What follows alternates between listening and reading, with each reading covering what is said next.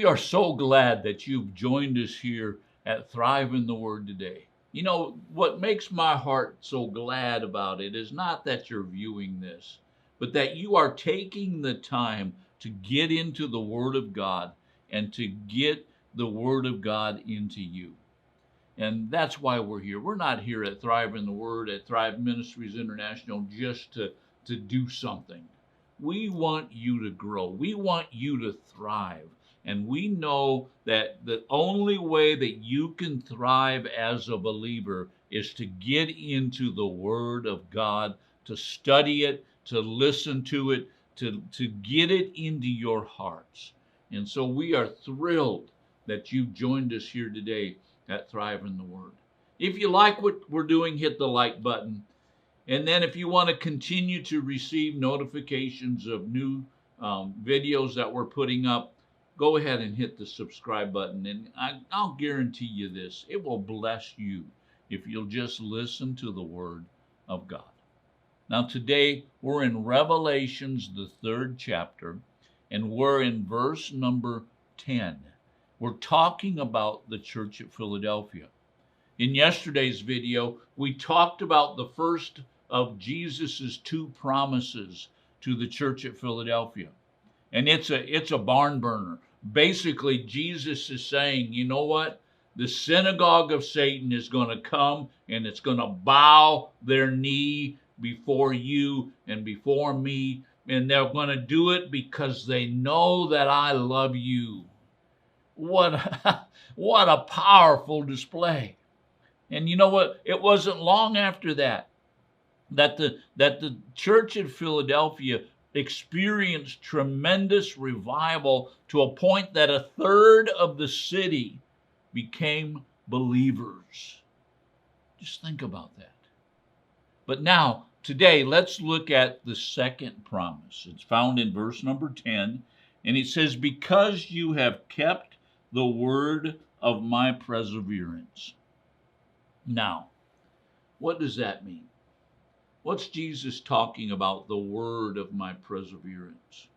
First of all, Jesus is saying, I'm doing all of these things. I'm bringing revival to your city, and this is the reason why. Because you've kept the word of my perseverance.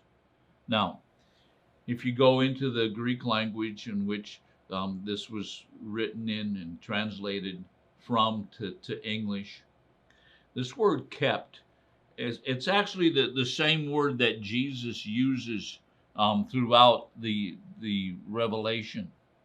But this word kept means to hang on to. It means to grab a hold of. But it also means to stand over and watch like a person in a watchtower. My father was a World War II veteran, and I know several times he would say, you know, if I was on guard duty, and if they ever caught me sleeping on guard duty, he said it was an automatic court-martial. It would not have been good for my dad to fall asleep.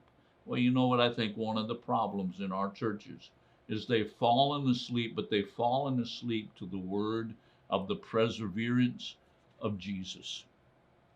You see, first of all, this word is the Greek word logon, and it actually comes from the word logos.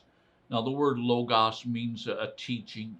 It means not just a spoken word, but a word that's spoken in the form of bringing a teaching. And Jesus is saying, my teaching that happened in my perseverance. You know, we need to understand that Jesus was patient. And he suffered a lot. Not only did he suffer on the cross, but can you imagine being God? And then all of a sudden, you're taking on the form of a human, and not a human man, but the form of a baby. And you're going to spend 30 years working in a carpenter shop. You're going to spend 30 years with people not understanding you. Even your parents are not going to understand the call of God on your life. You know what? That wasn't easy for Jesus. You know, sometimes we think that Jesus was on easy street and that everything was easy for him. No, it wasn't. Jesus said, you have kept, you've held on to, you've watched over the word of my perseverance. In other words, you have watched and seen that I hung in there, and I brought it to completion on the cross. And we as believers need to take this to heart. We need to say in ourselves, you know what? We're going to hang on to what Jesus has done for us.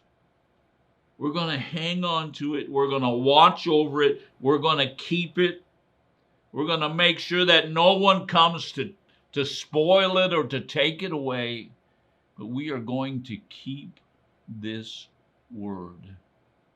And it's what the word of my perseverance, it's what Jesus did and how he suffered for us on the cross, but not only on the cross, but how he suffered by taking on the form of a man, by going through all the things that Jesus had to go through. Do you understand that we need to watch over what Jesus did? And then let's go on into the next part.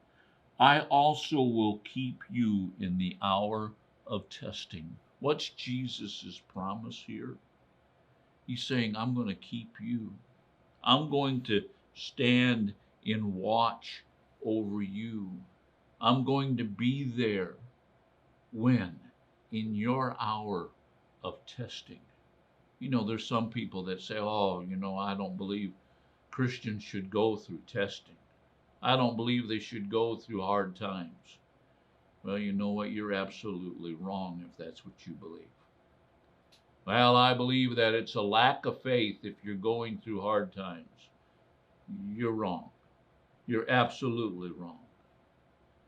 Jesus is writing to this wonderful church, and he's giving them this assurance that if you'll keep my word, if you'll watch over my word, then I am going to in turn watch over you when you go through your times of testing. When you go through those struggles of being human, when you go through the struggles of being persecuted, when you go through the struggles where you feel like everything is weighing in on you, Jesus says to you, if you've kept my word, if you'll remember and watch over what I've done, I'm going to watch over you and I'm going to keep you. Well, we're going to get done with verse number 10 tomorrow, so I hope that you join us. God bless you until we speak to you again.